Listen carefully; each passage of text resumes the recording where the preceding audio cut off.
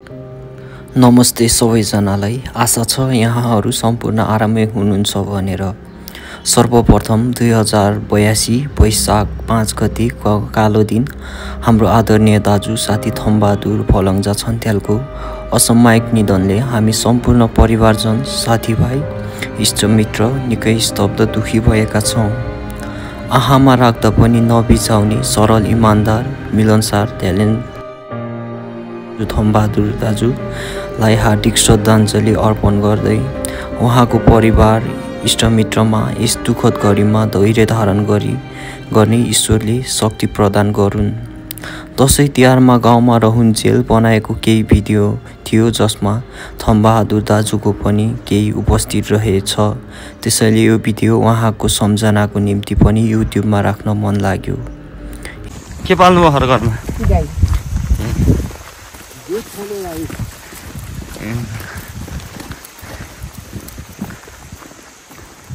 पूर्वज मामा त झर्नु आएन है? पूर्वज मामा कहाँ जानु भएर? ए त्यही भएर हो नदेखिनु र यो हो गुर्जाखानी। यो चाहिँ कातम्बा भन्ने ठाउँबाट खिचेको है।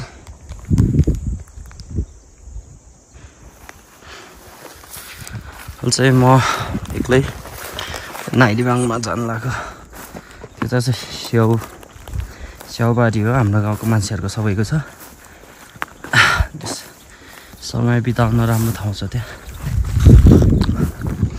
साथीहरू हान्डे राजिनहरू सो म पनि घरमा बस्न झ्याउलायो भएर जानु लाग्यो।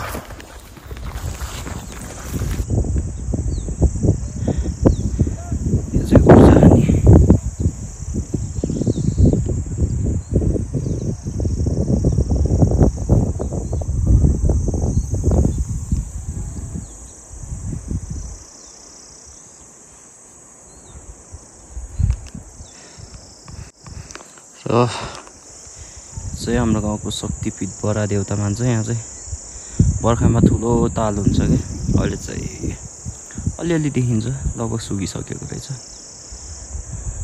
बडा छैन रहेछ।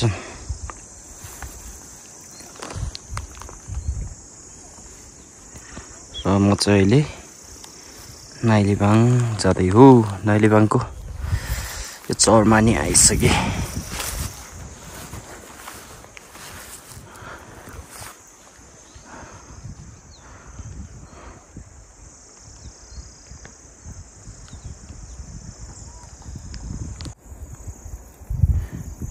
सो यो ठाउँलाई चाहिँ कानापाडा भन्छ। अनि त्यो चाहिँ शिवजीको मन्दिर हो। अनि यो ठाउँ चाहिँ गाउँबाट लगभग 10-15 मिनट लाग्छ होला। गाउँ जाने बाटो हो। यो बाटो हुँदै गाउँ जानुपर्छ हामी। यहाँ छ हाम्रो गुर्जाखानी गाउँ चाहिँ। र यो हो नाइलीबाङको दृश्य है। नाइलीबाङ उपत्यका।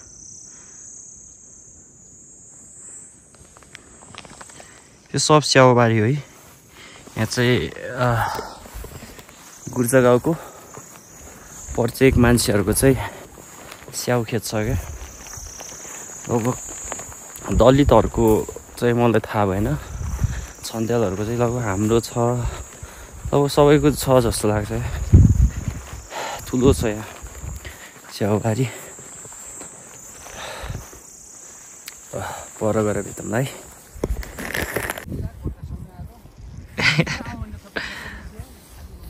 ढिलो आयो नि त पोरोहरू यार। ए अघिबाट कुरेकै यो ए हिमाल चरा नचल न।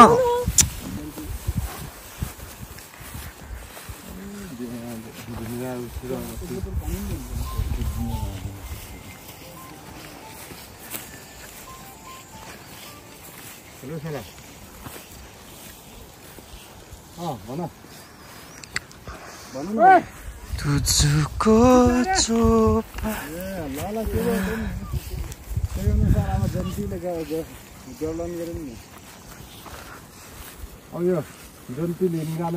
यो मुडी गाउँ कुन यो त हिमालतिर जाने बाटो ल स्वागत छ सोल्टिनेहरूलाई गुर्जाहानीको नाइलिबाङमा अहिले परिचय गर रे बोरो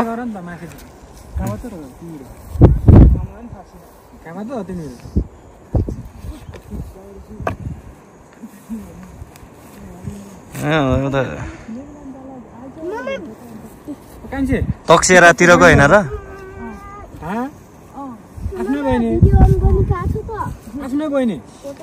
तक्सेराको हो क्या पोरो यिनीहरू तक्सेराको हो क्या रुकुम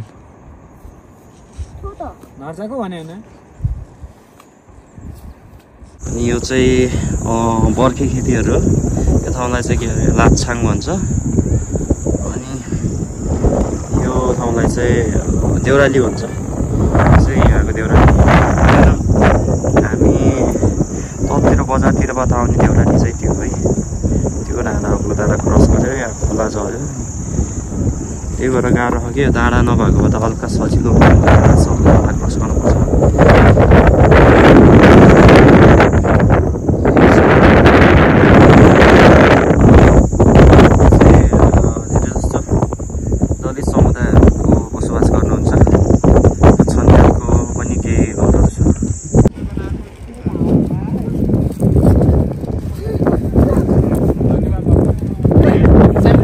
भान्जा चकचक नगर त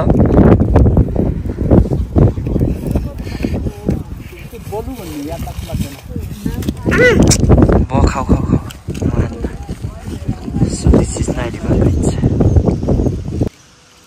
लायो वामा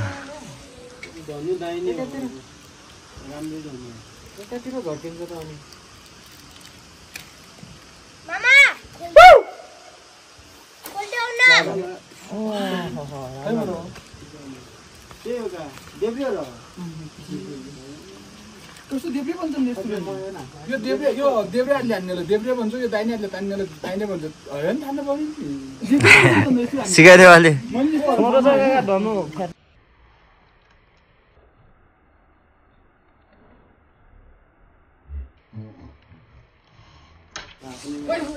वामा कानेको होला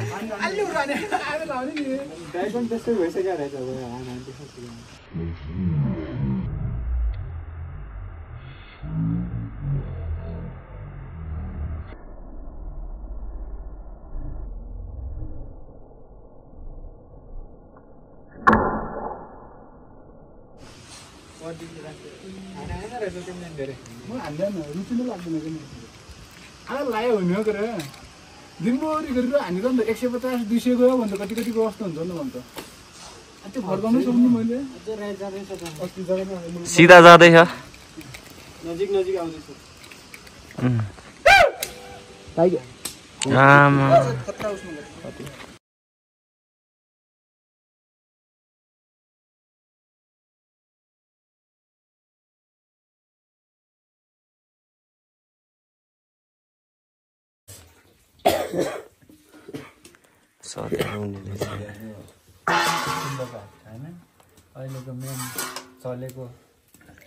अहिले सामाजिक सञ्जालको जमाना हार्दिक श्रद्धाञ्जली दाजु स्वर्गमा बास होस् तिम्रो पार्थिव शरीर अन्त्य भएर गए नि तिमी हामी परिवार साथीभाइ इष्टमित्रको मनमुटुमा सदाबहार अमर हुनेछौ।